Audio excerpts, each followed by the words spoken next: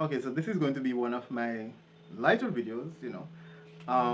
There was something else that I was going to talk about, but then I kind of make videos based off of what I'm feeling in the moment. So when I make a video, more often than not, I saw something right before I make the video, and so as the thoughts are fresh in my mind, I just come on and I talk, right? So I have noticed that a lot of content creators in the social media space are using AI to write their content.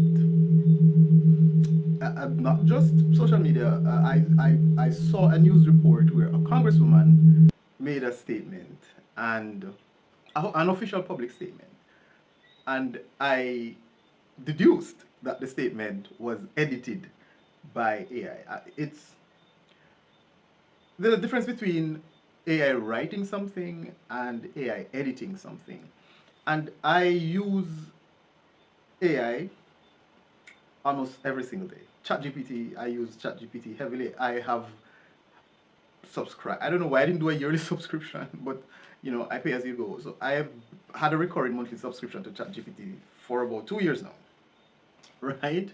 I recently did a subscription to Claude, and I'm seeing how that works.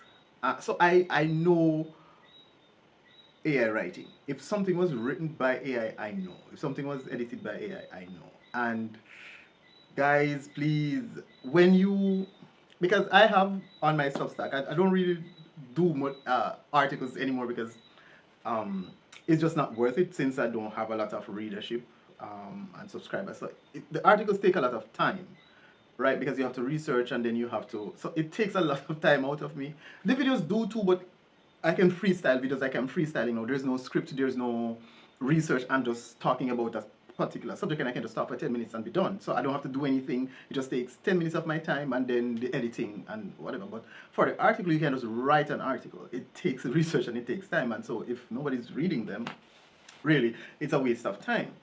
Um, but I used AI to edit some of the articles and you would know because you can't just put the thing in ChatGPT and say edit this and just copy and paste it. You can't do that because ChatGPT is going to mess up your article or your speech or whatever it is. Because especially for me and the content that I do, where you know AI is going to say, "Oh, this is misinformation or this is a conspiracy theory." I cannot just put stuff in there and trust it to edit it because what it will do is literally change everything that you say. At least in my experience, that's what it does. And in some instances, it tells me point blank, I'm not editing this shit for you. I'm not gonna write that. Like literally, it's telling me this is false information. I am not writing it. And it doesn't matter whether you provide proof. And sometimes, of course, there was one time when I had this long, hour-long back and forth because it was saying the information that I had was misinformation and is a conspiracy theory. And when I go through provide the evidence, it's like, oh well, you're right. I'm like, why the fuck am I arguing with AI about what is fact from what is fiction? If I tell you to edit something, you're supposed to edit it, right? But I have a duty to blah blah blah. I'm like, oh my god. So but that is besides the point. What AI does is a lot of contrast framing. So if you ever see somebody talking, it doesn't matter the cadence. So if they're talking fast or whatever, so it seems as if it is natural because a lot of people are good at faking, right? So you'll see them talking, but there's actually a teleprompter because TikTok has a teleprompter, and there are teleprompter apps that you can download, and you drop your speech in it, and it moves just like on the TV, and it will auto focus your eyes as if you're looking in the camera, but you're actually reading the screen. And a lot of people are good at acting as if they're speaking out of their head when they're actually reading something on the screen.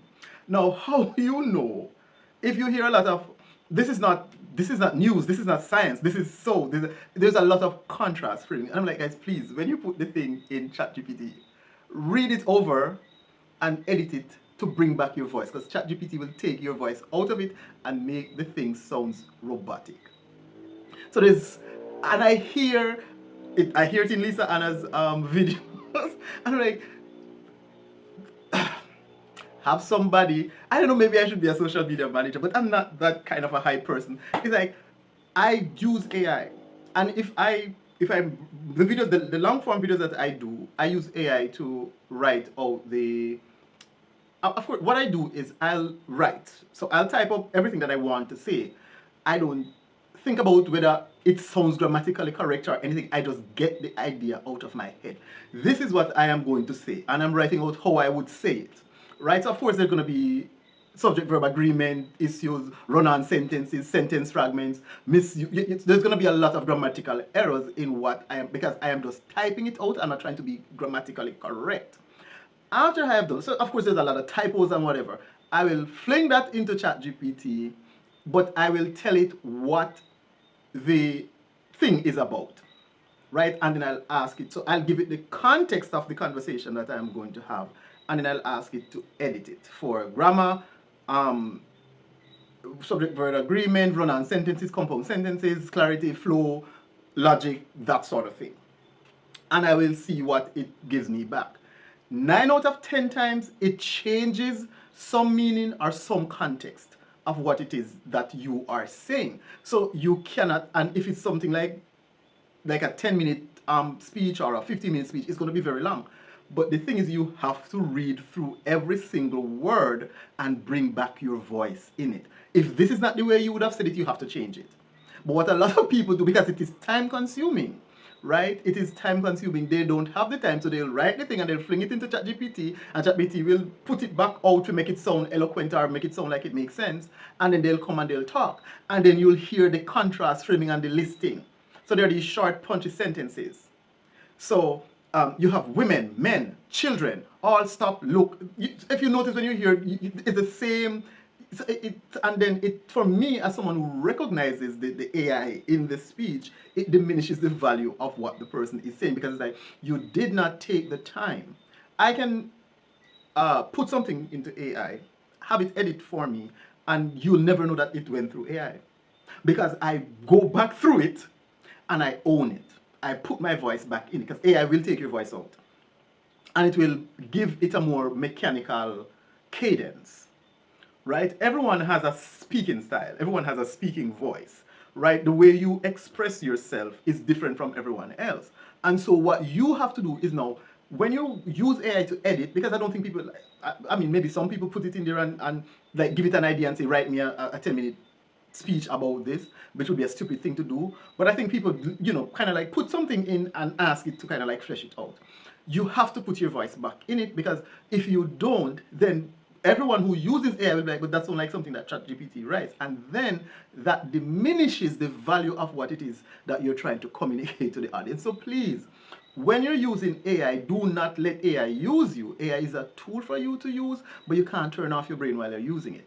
You are the human being in the room, not ChatGPT or Claude or any of these GPT models that are out there. So that is just something I wanted to get out there. Please read over this stuff and edit it as you go.